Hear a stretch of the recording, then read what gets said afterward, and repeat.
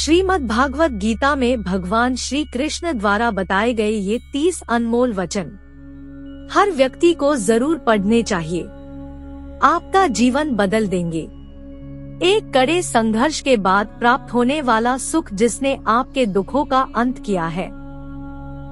ऐसे संघर्ष का पहला कदम आपको कड़वे जहर के समान लगता है और अंत में आपको अमृत की प्राप्ति होती है। इस तरह का सुख केवल मन की शांति से प्राप्त हो सकता है। इस धरती पर आने के बाद आपका मुख्य उद्देश्य यहाँ से मुक्त होना है। केवल वही मनुष्य मुक्त हो सकता है जो अपने कर्मों में दृढ़ संकल्प के साथ स्थिर है और सुख दुख को समान रूप से सहन करता है। 3 जो मनुष्य अपनी आत्मा की बात सुन सकता है वह मुझसे बात कर सकता है और देख भी सकता है। 4 अपने सभी कर्मों को कृष्ण पर केंद्रित होकर करो। आसक्ति को त्याग दो। सफलता और असफलता को एक समान दृष्टि के साथ देखो, क्योंकि आध्यात्मिकता का अर्थ ही होता है संभाव। 5 वह मनुष्य जिसने घृणा को त्याग दिया, जो सभी प्राणियों के साथ समान व्यवहार करता है, जो सुख दुख और दर्द पीड़ा से अप्रभावित है, जिसके अंदर करुणा भरी हुई है और मन शांत है, उसने सही मायने में मुझे प्राप्त कर लिया है। यही वह मनुष्य है जिसको मैं सबसे अधिक पसंद करता हूँ। 6 इस विशाल संसार में तुमको केवल कर्म करने की छूट है। इसके अतिरिक्त फल की इच्छा और स्वार्थ सब निरर्थक है। 7 ये सोचकर कभी किसी काम की शुरुआत मत करो कि इसका तुमको कोई फल मिलेगा। बिना किसी लालसा के कर्म करो। 8 जो आदमी मुझे हर चीज में देखता है और मेरे होने के एहसास को अनुभव करता है वह मेरा सच्चा भक्त है। ऐसे भक्तों से मुझे प्रेम है। 9 इंद्रियों का काम ही है भटकना। जब कोई मनुष्य अपना मन उनके पीछे छोड़ देता है तो समझ लीजिए कि उसने छेद वाली नाव में सवारी शुरू कर दी है जिसका डूबना तय है।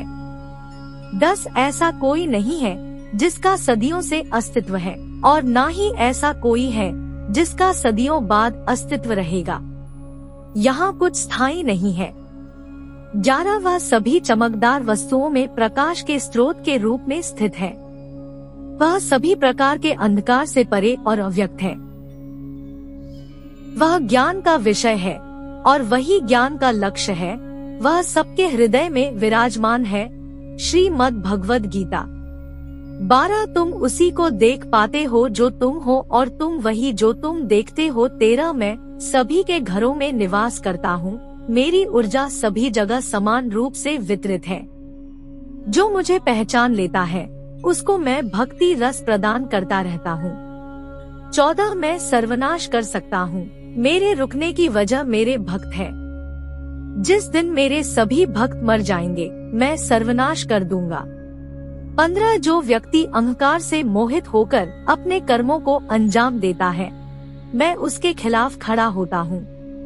16 तुम हमेशा के लिए यहाँ रहने वाले नहीं हो। तुम्हारा जीवन बहुत सीमित है। जो मनुष्य यहाँ आता है वह अपनी क्षमता को तलाशने के लिए आगे बढ़ता है। ये गलत नहीं है अगर तुम निस्वार्थ भाव से अपनी गति करते हो। 17 स्वभाव के द्वारा निर्धारित कर्तव्य का पालन करने से कोई पाप नहीं होता है। 18 हम वास्तव में कभी दुनिया का सामना करते ही नहीं है। यहाँ रहकर हम जो भी अनुभव करते हैं वे हमारी इंद्रियां हैं। 19 तुम केवल अपने कर्म पर नियंत्रण कर सकते हैं। तुम्हारे कर्म के परिणाम का तुम दावा नहीं कर सकते। हारने का डर, असफलता का भय, कर्मों के साथ भावना जोड़ना सफलता की सबसे बड़ी बाधा है। ये विचार मन को अस्थिर कर आपकी क्षमता को लुटता है। 20 स्वार्थ से जुड़े कर्म आपको दुनिया में कैद करते हैं। व्यक्तिगत लाभ के बारे में नहीं सोचे और निस्वार्थ भाव से काम करें। 21 अपनी इच्छा शक्ति से खुद को नया आकर दो।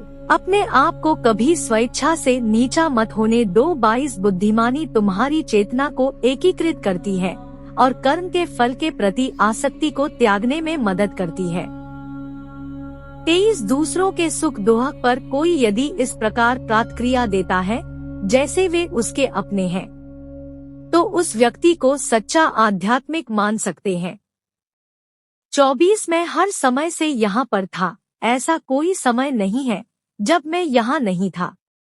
मैं समस्त भूत में भी विद्यमान था और समस्त भविष्य में मेरा विद्यमान रहेगा। 25 दुनिया का सबसे बड़ा पापी अगर समर्पण के साथ मेरी सच्ची उपासना करे तो मैं उसको भी शुद्ध कर देता हूँ। 26 वे लोग जो केवल कर्म के फल की इच्छा से प्रेरित होते हैं, वे अक्सर दुखी रहते हैं। 27 जब किसी की चेतना एक हो जाती है तो उसकी सारी व्यर्थ चिंताएं पीछे छूट जाती है, फिर उसको किसी वजह की चिंता नहीं होती है। चाहे चीजें अच्छी हो या बुरी, वह सदा एक सा रहता है। 28 जो लोग अपनी आत्मा से भली भांति परिचित है, वे इंद्रियों पर पूरी तरह से नियंत्रण रखते हैं। 29 जो सुना है उस पर विश्वास मत करो। कुछ लोग अपने विवेक से मुझे अपना बनाते हैं, कुछ लोग ज्ञान से, कुछ लोग कर्म से, कुछ योग से। तुम मुझे किस रूप में प्राप्त करना चाहते हो, ये पूरी तरह तुम्हारे ऊपर है। तुम मुझे जिस रूप में बुलोगे मैं उस रूप में हाजिर हो जाऊंगा। 30 तुम मेरे प्रति सदा चौकस रहो, मेरी उपासना करो, अपने हर एक काम के लिए मेरा स्मरण करो। मैं वादा करता हूँ तुम मेरे प्रिय बने रहोगे। कमेंट में जय श्री कृष्णा जरूर लिखिए। दोस्तों, इस तरह के वीडियो देखने के लिए चैनल को सब्सक्राइब व वीडियो को लाइक शेयर करना बिल्कुल ना भूलें। वीडियो देखने के लिए आपका बहुत बहुत धन्यवाद। राधे राधे।